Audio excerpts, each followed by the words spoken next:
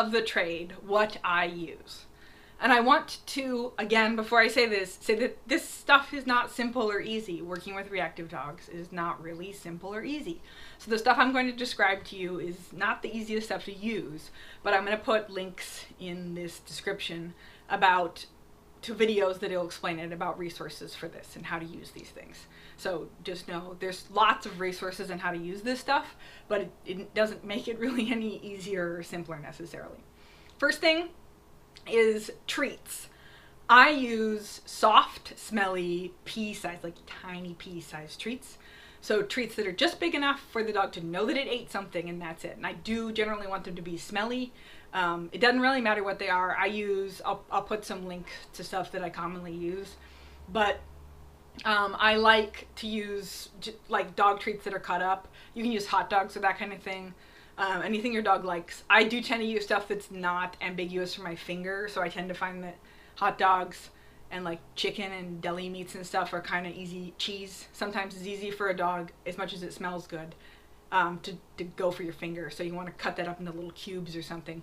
I do use how hard the dog bites my fingers and how much they miss as an emotional indicator. So if they're normally take treats really nice and they're getting sloppy or they're starting to chomp my fingers, that's a cue to me that their emotions are starting to get out of control and their body's less cooperative with me here, and we need to back it off. So keep that in mind.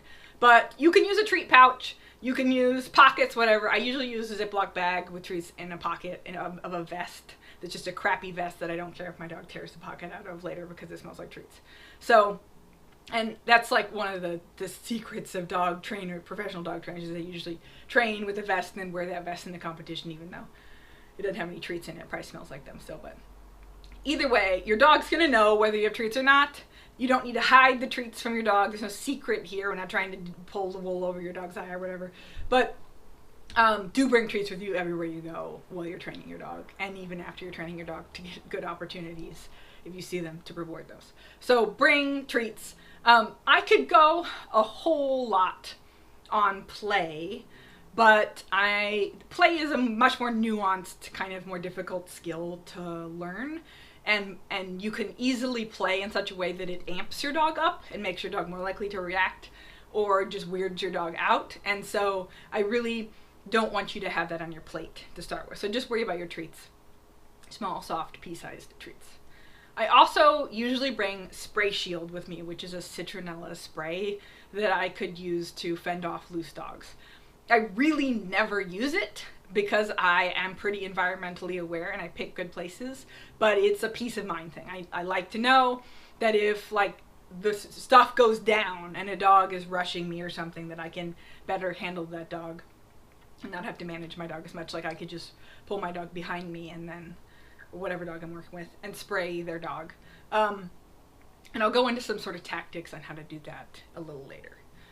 The next couple of things I use a harness. You can use a collar if you want. I use a harness because I use 2 points of contact. So that means I use a double-ended leash. I tend to use a freedom harness because it's harder for your dog to...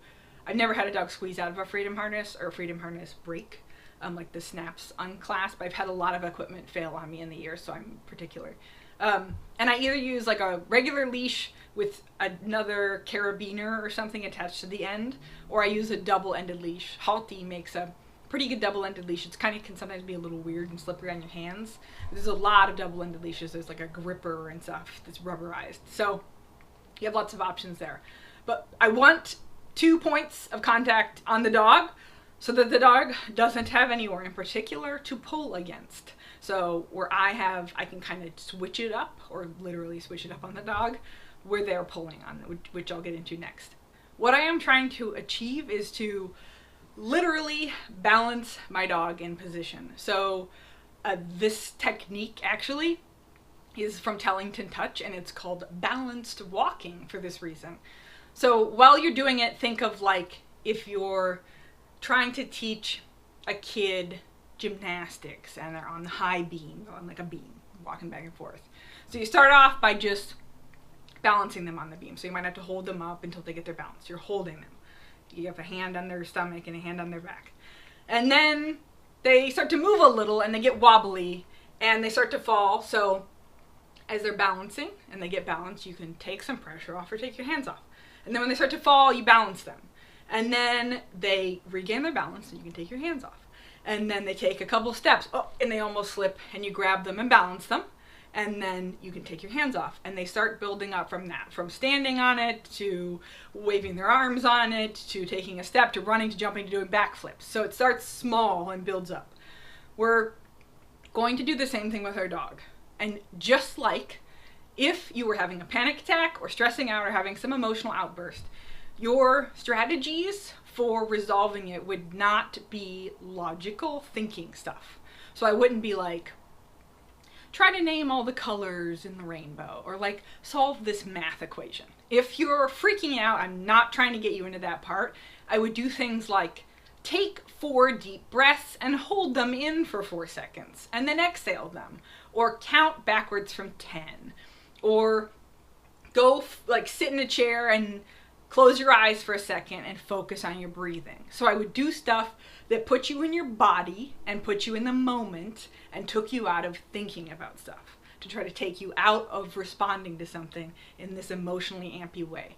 And that's what we are doing with everything here. So it's not in the logical, like, do a sit, or, you know, here's 10 behaviors you can do instead of having a panic attack. It's more like, I want to get you zen, I want to get you and your dog in this situation chill. I want to put the dog in the moment and balance them.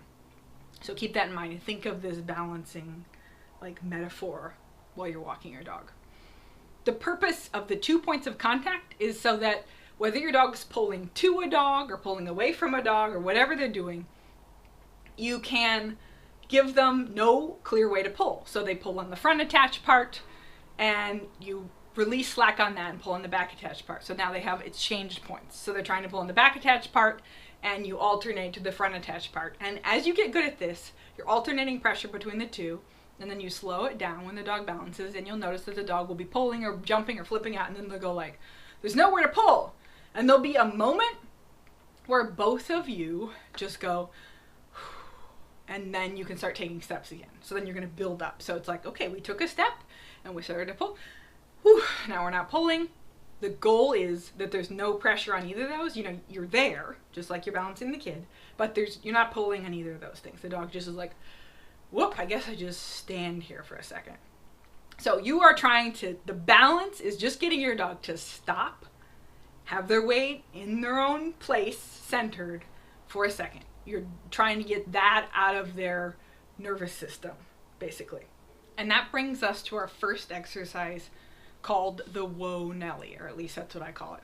So imagine you were riding a horse, and I don't ride horses, but I've seen them ridden in movies, and you want your horse to come to a stop. So you lean back on the horse, and you relax into your position, and you might pull back on the reins, and you go, whoa Nelly, to slow your horse down. And that's what you're gonna do with your dog.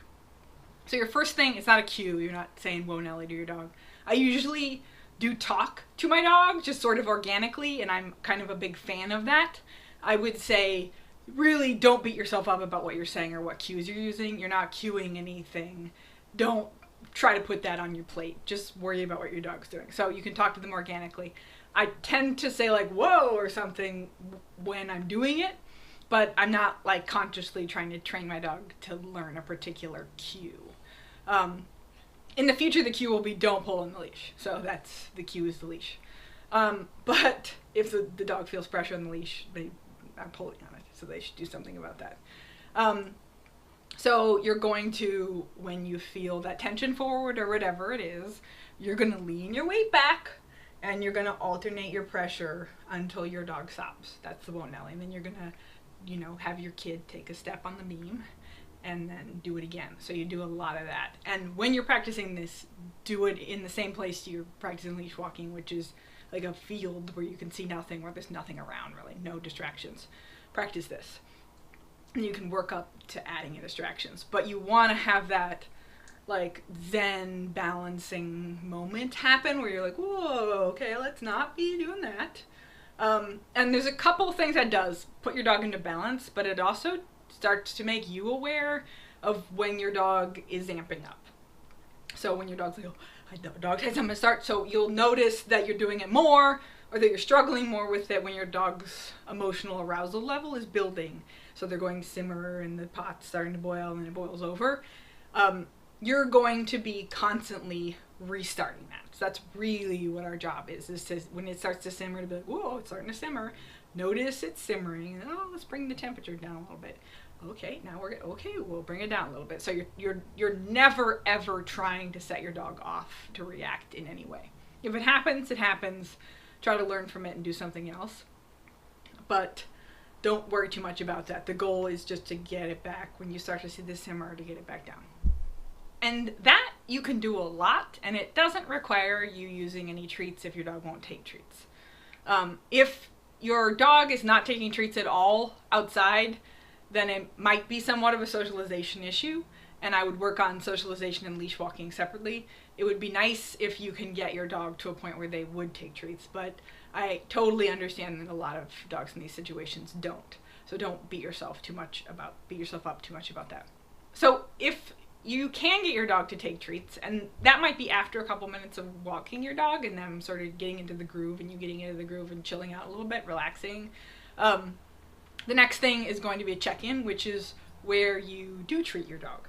So one of the things with the treats, as we're starting to use the treats, put your treats on the side that you want your dog on, which is, for me, my right side. So I know that you go to a training class and they're really hung up on the left side, or you watch obedience videos. But if you're in most of the world where we drive on the right side of the street, like this, and pass on the right side of the street, it makes sense to have your dog in a situation where there is a body, your body between you and the thing they might react to. It makes it a lot easier to work with your dog. So put your treats on, in your pocket that your dog is on, or treat pouch that side. You want to go minimal distance between where the treats come from and your dog's mouth. You want to do that because that'll keep your dog close to the treats, so it'll kind of automatically train them where to be. And also, when you pull your treats out, it's easier for you. Your dog won't be cutting in front of you or doing something weird to try to get to the treat. So if you're crossing over your body or something, then your dog is going to try to cut you off. When you are training in general, if you want your dog to be in a place, you want to feed into that place. So when I am training my dog, and I can go in a lot about hand positions and how I get the dog and what if your dog size this, that I'm not going to do today because there's lots of resources on leash walking and healing and that kind of thing. But just keep in mind that the treat comes from somewhere and then goes into your dog's mouth, and you're going to put it in your dog's mouth. So for this exercise at least. So this is going to go from the whoa Nelly, so you're balancing your dog, to at some point, as you're working with your dog and you've got treats, and I know this is a lot to manage, so don't worry about that. If you have to whoa Nelly your dog with both of your hands and then grab a treat and give your dog the treat, that's okay. So don't beat yourself up. That's a really important part of this. Don't beat yourself up. As you're doing that and giving your dog the treat, you want to do it as you're balancing your dog and getting your dog into a stopping position.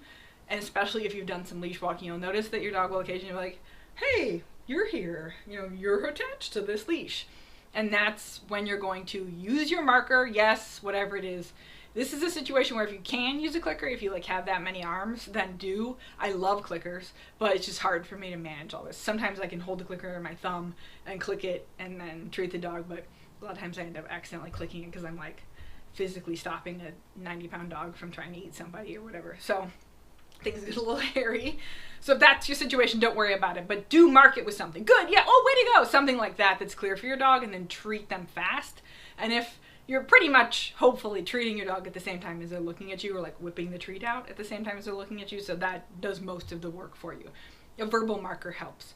You don't have to say anything for this. So I wouldn't worry about that, especially if your dog's not very consistent. I would worry just about getting the treat into their face when they look at you. And then so you've balanced your dog, then you're going to go, way to go, good job, and give your dog a treat. And then you're going to take another step and do it again. So you can use a lot of treats for this exercise. That is fine every time your dog checks in with you. And if they do happen to stay checked in with you, if they're like, that was cool, could I have more of those? You can keep treating them. So just treat them for looking at you.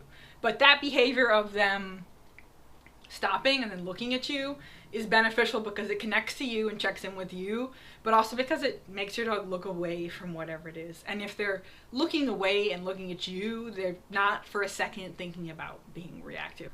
The next two exercises I use are a emergency U-turn and then an emergency U-turn into a sit-stay. And I'll explain those, but after that, that's pretty much it. That's really the only exercises I use. So a U-turn is going to be where you and your dog are moving towards something and you're going to turn around and switch directions. You're going to make a U-turn. And when I am working with reactive dogs, what I generally end up doing is working on just balancing them in place when there's not much going on. So I got the 2 leashes and I'm working on that. And then we walk around until we can do some check-ins and they're taking treats. And then we can start to do more stimulating things. And as we see more stimulating things like dogs at a distance or dogs coming down the trail or whatever, we use this U-turn a lot. Now, the purpose of the U-turn is to turn away from something that will cause your dog to boil over. So there's something in the future coming down the trail that your dog can see that if they stare at or move towards, or it comes towards them, they will fall apart. So they will start to boil over. So you're going to turn them away from that. You can come back at it, and we do that a bunch. I get dizzy from doing this. But the other point is you're rewarding your dog for following you and turning away, just as a benefit to following you. And also because the more treats you can use in this, and the more you can make it a sort of enjoyable experience, it's not going to do any harm. There's no harm that's going to be done from using treats. On this note, I want to quickly come together with you and let us let go of all of our ideas about using food or consoling your dog for being afraid or being anxious or whatever. So just like with me, just let go of that crap. You really can't go wrong with food when working with reactive dogs. And you can definitely be nervous and show your dog that you're nervous. But just keep thinking about the example with being afraid of spiders. If you're afraid of spiders, and I am also afraid of spiders, and freak out, that might make you more afraid of spiders. But if I go like, oh man, it's okay, it's not so bad, that's not going to make it worse. I mean, they might be like, buzz off, I'm scared of spiders. But that's not going to make you be like, you're telling me that that the spiders aren't that scary has reinforced my fear of spiders because that works somehow like that. It doesn't. And if you were afraid of spiders and I gave you cookies when spiders were around, if you would even eat them, the worst that would happen is you might be like, this is less bad because there's cookies involved. So we're mainly using treats here to help communicate with your dog, which is PS mainly what we use treats for. But don't worry about like making your dog more or whatever, freaking out because you're being nice to them when they're freaking out or giving them treats when they're freaking out. It's not gonna reinforce their freak outery. So do not worry about that, just let that go. So as we turn and move our dog away, another thing that we're giving them is space from whatever it is. So if their anxiety is building, their emotions are building, frustration is building, we're giving them a break from that and kind of releasing that. If your dog is nervous about it, it's also giving them the space to not be like they're scared of it. It's kind of reinforcing to move away. If you're interested in that, there's a thing called the BAT, Behavior Adjustment Training, and I'll put a link in that. There's a lot about like giving space. But really we're doing all 3 of those things. We're just cutting off the heavily cycling, crazy boiling over pot. So we're stopping it by moving away. We're also usually being kind of fun and rewarding your dog for moving with you and helping them move away by using the treat sometimes to indicate where we want them to go. And we're also just giving them space from whatever's triggering them if that's making them uncomfortable. So we can play with that forever. And that's mostly what we do with reactive dogs. Balancing them, getting them in the zone, getting them to check in, and then working with that emergency U-turn. And usually you can start to build it up so that you can get a little closer and closer. But you're using the leash and your new knowledge of your dog's behavior and feedback as far as what they're doing and how it affects the leash and tension in the leash and that kind of thing, how much you're having to balance them.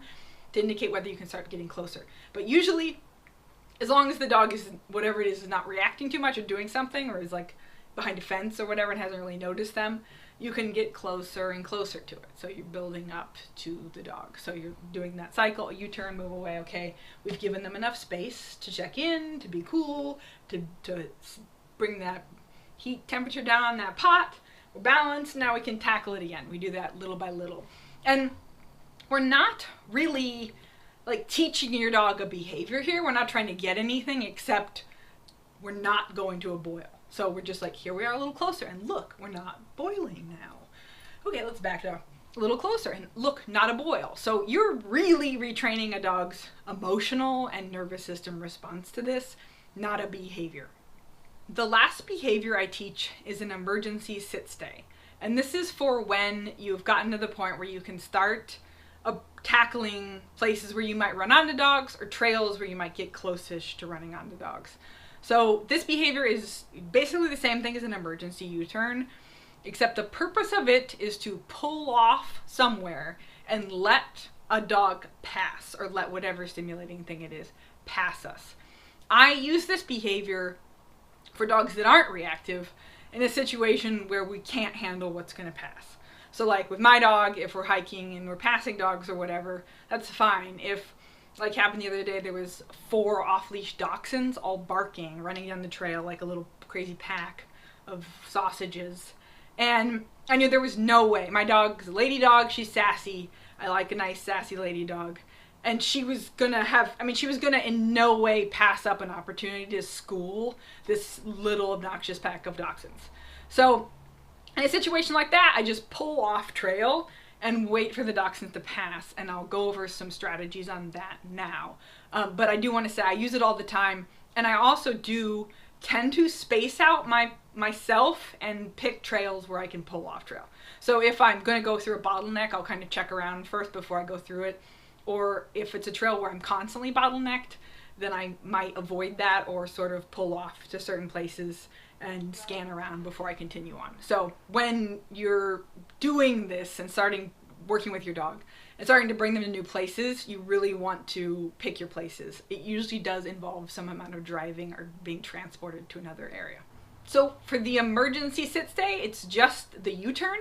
And I turn around and I just pull off trail, and I have my dog sit or stand in front of me, and I grab a hold of their collar or harness.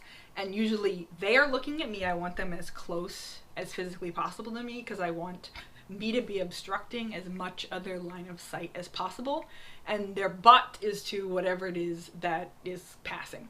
This does obviously take a level of trust, and it takes me being able to get close to my dog, and my dog being comfortable with me in front of them, leaning over them, whatever dog I'm working with. So if your dog's not comfortable with that, just like we talked about earlier, work on that. So that's really important. Before you get to this step, you really need to be comfortable being face-to-face over front with your dog and reaching down and treating them. So I'm as close as I can get. They're basically on my knees or thighs or whatever, staring at me, and I pretty much continuously treat them while the distraction passes. My purpose for treating them is not to get them rewarded or whatever, although I am definitely rewarding them for paying attention to me, but it's mostly to keep them focused on me while the distraction passes, because it's too much for them to handle. So that's the emergency sit-stay. Another important thing, and this goes into what to do with off-leash dogs.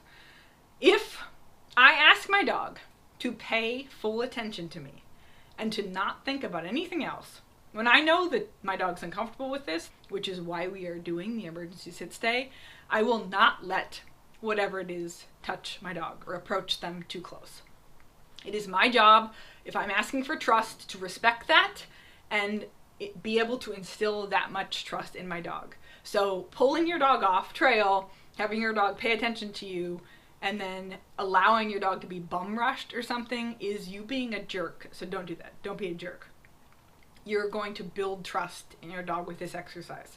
If I don't think I can do it, if the dog's going to get us, I release my dog out of the stay and we deal with it. So I'm not going to set my dog up to be bombarded by that, to realize that I'm a jerk.